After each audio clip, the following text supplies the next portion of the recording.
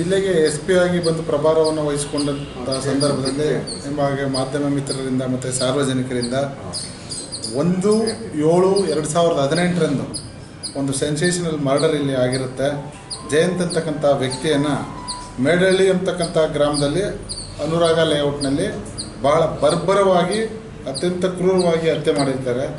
ಆ ಹತ್ಯೆಗೆ ಸಂಬಂಧಪಟ್ಟ ಹಾಗೆ ಆರೋಪಿಗಳನ್ನು ಹುಡುಕಬೇಕು ಅಂತ ಹೇಳಿ ಮತ್ತು ಅವ್ರನ್ನೆಲ್ಲ ಬಂಧಿಸಬೇಕು ಅಂತೇಳಿ ನಮ್ಮ ಈ ಭಾಗದ ನಮ್ಮ ಇನ್ಸ್ಪೆಕ್ಟರ್ ರಾಜೇಶ್ ಅವರು ಮತ್ತು DSP ಉಮೇಶ್ ಅವರಿಗೆ ನಾವು ಆದೇಶವನ್ನು ಕೊಡಲಾಗಿ ವಿಶೇಷವಾದಂಥ ಒಂದು ತಂಡವನ್ನು ರಚನೆ ಮಾಡಿ ಈ ಕೊಲೆಗೆ ಪ್ರಮುಖವಾಗಿ ಕಾರಣ ಆಗಿದ್ದಂತಹ ಸುನೀಲ್ ಅಂತಕ್ಕಂಥ ವ್ಯಕ್ತಿಯನ್ನು ನಾವು ನಿನ್ನೆ ದಸ್ತಗಿರಿ ಮಾಡೋದರಲ್ಲಿ ಯಶಸ್ವಿಯಾಗಿದ್ದೀವಿ.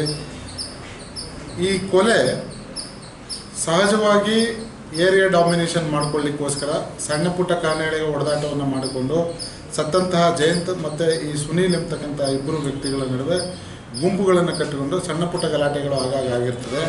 ಇವರಿಗೆ ರೌಡಿ ಶೀಟ್ ಸಹ ನಮ್ಮ ಠಾಣಾ ವ್ಯಾಪ್ತಿಯಲ್ಲಿ ಓಪನ್ ಆಗಿತ್ತು. ಇವ್ರನ್ನ ಹೀಗೆ ಬಿಟ್ಟರೆ ಇವರೇ ದೊಡ್ಡ ಕಂಟಕಪ್ರಾಯರಾಗಿ ದೊಡ್ಡ ರೌಡಿಗಳಾಗಿ ಬೆಳೀತಕ್ಕಂಥ ಸಾಧ್ಯತೆ ಜಾಸ್ತಿ ಇದ್ದಿದ್ದರಿಂದ ನಾವು ವಿಶೇಷ ಗಮನವನ್ನು ಹರಿಸಿ ಇವರನ್ನು ಬಂಧಿಸಿದ್ದೀವಿ. ಈ ಸುನೀಲ ಆತನ ಜೊತೆಗೆ ಇನ್ನೂ 7 ಜನ ಒಟ್ಟು 8 ಜನ ಟೀಮನ್ನು ಕಟ್ಟಿಕೊಂಡು ಜಯಂತನನ್ನು ಕರೆದುಕೊಂಡು ಜೊತೆಯಲ್ಲಿ ಒಂದೆಡೆ ಸೇರಿ ಅವನನ್ನು ಭಾಳ ಕ್ರೂರವಾಗಿ ಹೊಡೆದಾಕಿರ್ತಾರೆ. ಈಗಾಗಲೇ ಈ ಪ್ರಕರಣಕ್ಕೆ ಸಂಬಂಧಪಟ್ಟ ಹಾಗೆ ಲೋಕೇಶ ಮತ್ತು ಪ್ರವೀಣ ಅಂತಕ್ಕಂಥವ್ರನ್ನ ಅರೆಸ್ಟ್ ಮಾಡಿದ್ದೀವಿ. ಈಗ ಸುನೀಲ ಅಂತಕ್ಕಂಥ ಪ್ರಮುಖ ಆರೋಪಿ ಇವನನ್ನು ಅರೆಸ್ಟ್ ಮಾಡಿದ್ದೀವಿ. ಇನ್ನೂ ಉಳಿದಂತೆ ತನಿಖೆಯನ್ನು ತೀವ್ರಗೊಳಿಸಿ ಉಳಿದಂಥ ಇನ್ನೂ 5 ಜನ ಅಪರಾಧಿಗಳು ಅಂದರೆ ಮತ್ತೊಬ್ಬ ಲೋಕೇಶ, ಮಧು, ಕೀರ್ತಿ, ಪ್ರವೀಣ, ರಾಕೇಶ ಮತ್ತು ಮಂಜುನಾಥ ಅಂತಕ್ಕಂಥವ್ರಲ್ಲಿ ಪತ್ತೆ ಹಚ್ಚಬೇಕಾಗಿದೆ. ಅಡಿಗಾರ ಕಲ್ಲಳ್ಳಿ ಗ್ರಾಮದಲ್ಲಿ ಅಂಬೇಡ್ಕರ್ ಕಾಲೋನಿನಲ್ಲಿ ಒಂದು ಮರ್ಡರ್ ಆಯಿತು. ಆ ಮರ್ಡ್ರಲ್ಲಿ ನಾಗರಾಜು ಅಂತಕ್ಕಂಥವನು ಮೃತ ಆಗ್ತಾನೆ.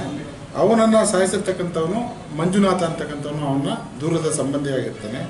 ಅವರ ನಡುವೆ ಪಿತ್ರಾರ್ಜಿತ ಆಸ್ತಿಯಲ್ಲಿ ಒಂದು ಸಿವಿಲ್ ವಿವಾದ ಇರುತ್ತೆ. ಆ ವಿವಾದಕ್ಕೆ ಸಂಬಂಧಪಟ್ಟ ಹಾಗೆ ಮಾತುಕತೆಗಳಾಗಿರುತ್ತೆ. ಅದರಲ್ಲಿ ಬೋರ್ಡ್ ನೀಡ್ತಕ್ಕಂಥ ವಿಚಾರದಲ್ಲಿ ಕೋರ್ಟಲ್ಲಿ ಆ ಕೇಸ್ ಇದ್ದಿದ್ದರಿಂದ ಆ ವಿಚಾರದಲ್ಲಿ ಅವನು ನಾಗರಾಜನನ್ನು ಮಂಜುನಾಥ ಅಂತಕ್ಕಂಥವನು ಲಾಂಗಿಂದ ಹೊಡೆದು ಕೊಲೆಯನ್ನು ಮಾಡಿದ್ದ. ನಾವು ಆತನನ್ನು ಸಹ ಬಂಧಿಸಿದ್ದೀವಿ. ಆ ಪ್ರಕರಣವೂ ಸಹ ಈಗ ತನಿಖೆಯ ಅಂತಿಮ ಹಂತದಲ್ಲಿ ಇದೆ.